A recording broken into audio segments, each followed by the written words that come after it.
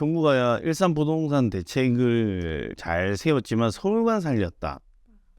서울은 한판, 지방은 미분양 이런 약간 사실상 조금 비판성 이런 것도 나오지만 이게 뭐 사실 정부가 부동산을 다 좌지우지는 못하기 때문에 내용이 그런 것 같아요. 어쨌든 지금 다 미분양 단지가 속출하고 있는데 맞아요. 일부 서울은 청약 열기가 뜨겁고 지금처럼 될 만한 곳은 뜨겁고 이 내용도 똑같아요. 보면 디그니티가 순위 지금 98가구 모집이 이렇게 경쟁률이 있었고 반면 지방은 분양시장에서 미달 사태가 속출하고 있다 해서 지금 뭐 미달난 데도 특히 대구가 보니까 미달난 곳이 많더라고요. 지방에서는 1, 2순위 청약에서 성공한 곳이 지금 방금 앞서 우리가 소개했던 부산의 에코델타시티 명지 네. 여기랑 저기 앞에 뭐 북대자이 더스카이라고 충북 두 군데밖에 없다. 네. 어쨌든 지방은 지금 전반적으로 이 두 곳은 무슨 이제 호재가 있는 곳이고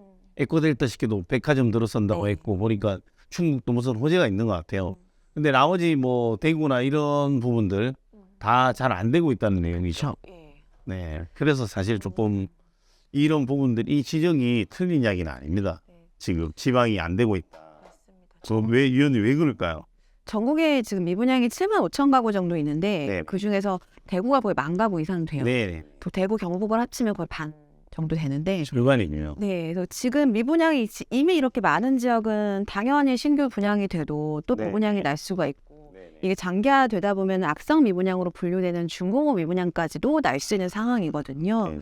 그 게다가 경북 같은 경우에는 이제 지방 소멸이 굉장히 좀 위험한 지역이기도 합니다. 네. 지방 소멸 위험 도시에 전체 거의 대부분 4개의 지구를 빼놓고는 다 들어가 있는 지역이거든요. 그러니까 미분양이 늘어나고 있는데 인구가 줄어들게 되면 당연히 과거와는 달리 이제 인구 유입이 없기 때문에 이 미분양이 계속 이어질 가능성이 굉장히 높은 거고요.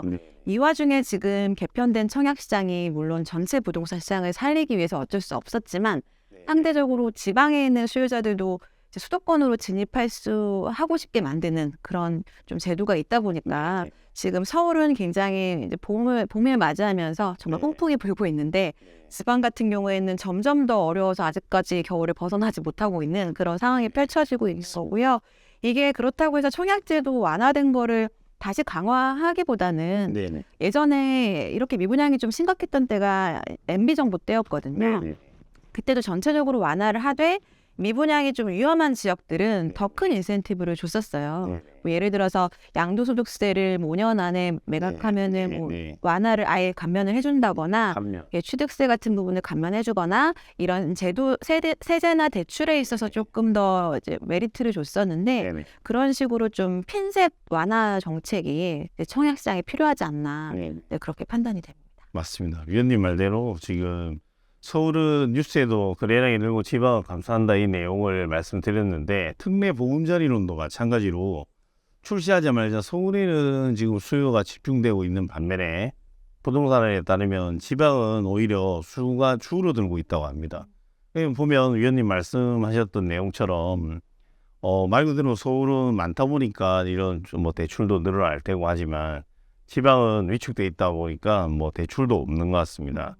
그래서 지방의 미분양 아파트는 더 늘어나고 있는 상황이고 또 위원님 말씀처럼 인구 비중도 지금 우리가 뭐 일본을 따라간다는 내용도 있고 사실 이미 저출산이라는 건 많이 보도돼서 알고 계시겠지만 이런 뭐 애 키우기 좋지 않다 뭐 여성들이 휴가 냈다가 복직하기 쉽지 않다 이런 내용들이 예로부터 있어 왔는데 별로 사실은 애를 놓으라고 독려하는데 이런 게 개선되지 않는 이상 이런 부동산에도 이런 침체의 영향은 계속해서 미치지 않을까 이런 생각입니다.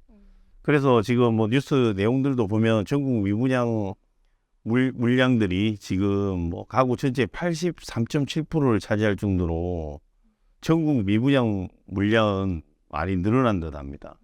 그래서 이런 걸 조금 해결하려면 위원님 말씀처럼 인센티브를 주되 이것도 뭐 시 지자체마다 약간 다르니까 다르게 줘야 되겠네요. 그렇죠. 네.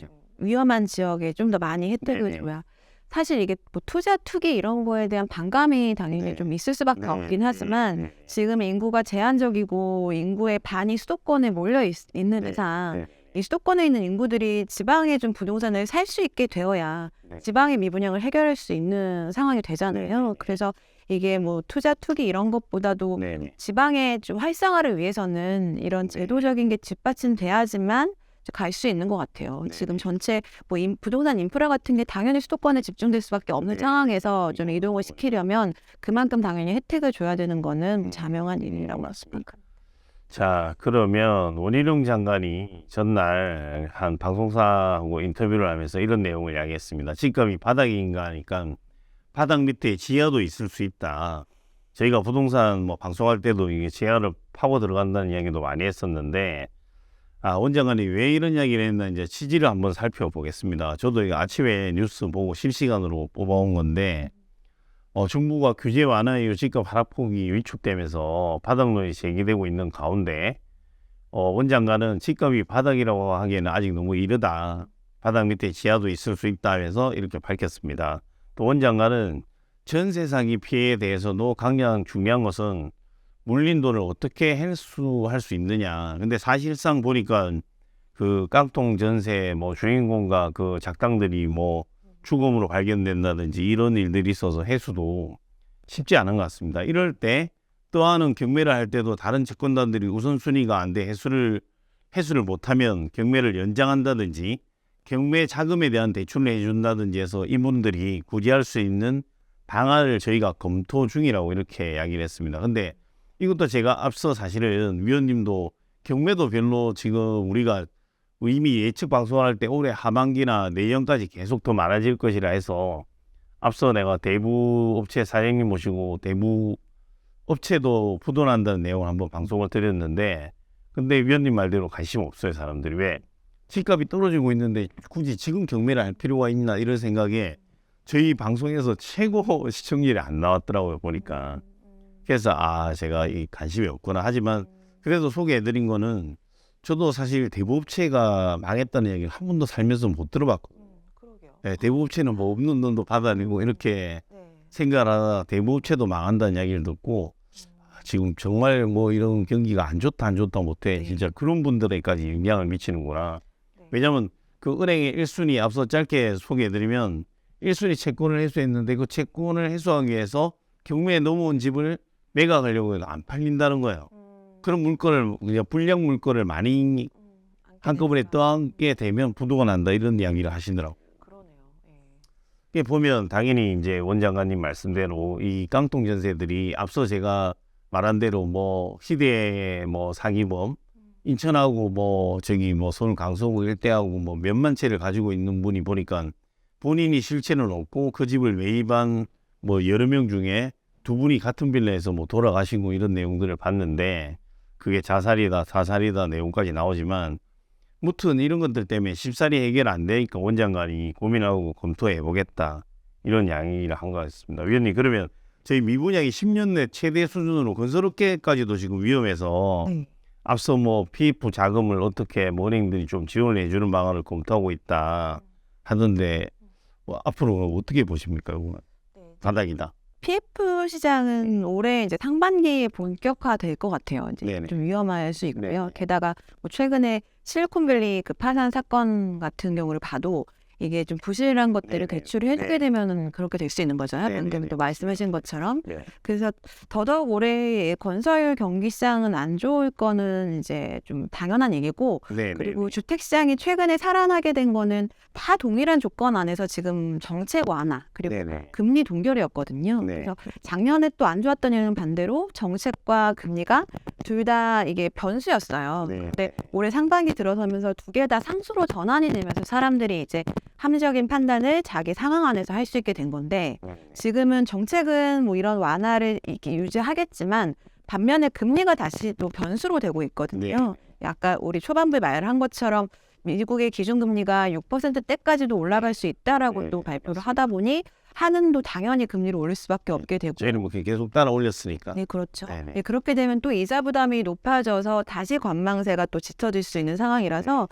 지금 뭐 감히 이게 바닥이다라고 말하는 거는 네네. 너무 좀 시기상조라고 판단을 하고요. 네네. 올해는 이런 다양한 변수들이 너무나 많아서 그게 또 우리 정책 변수가 아니라 뭐 거시 경제적인 변수, 네. 미국 금리나 네. 그리고 원자재 값으로 인한 그 전쟁이나 이런 네. 부분들이 영향을 주기 때문에 이런 요인들을 계속해서 좀 실시간으로 살펴보면서 판단을 해야 되는 네. 그런 시기라고 생각돼요. 맞습니다. 쉽지 않은 것 같습니다. 이렇게 위원님 말대로 이게 저희가 뭐 바닥이라 말도 할 수 없고 뭐 특히나 이 국토부 장관께서는 영향을 미치니까 더더군다나 그런 말을 하면 안 되기 때문에 주의 깊게 말씀하신 것 같습니다. 네, 지금 어쨌든 서울이 살아나고 있다는 것만 해도 저는 이 정책의 효과를 보고 있다고 생각하기 때문에 더 침체를 해서 건설사들 부도나는 건 지금 이제 상반기부터 신호가 보이고 있는데 조금 더 늦추고 아니면 뭐 10곳 망할 곳 뭐 2곳만 망하게 한다든지 이런 효과를 보고 있다고 생각하고요. 지방도 지금 아까 제가 부산시 기사를 하나 소개해 드렸는데 6개월 동안 임시로 시세 30% 정도만 주고 머물 수 있는 주택을 마련해 주겠다. 이런 게 사실은 뭐 시와 지자체가 가지고 있는 역량이 된다면 그런 게 공무원들이 할 일이 아닌가 이런 생각이 듭니다.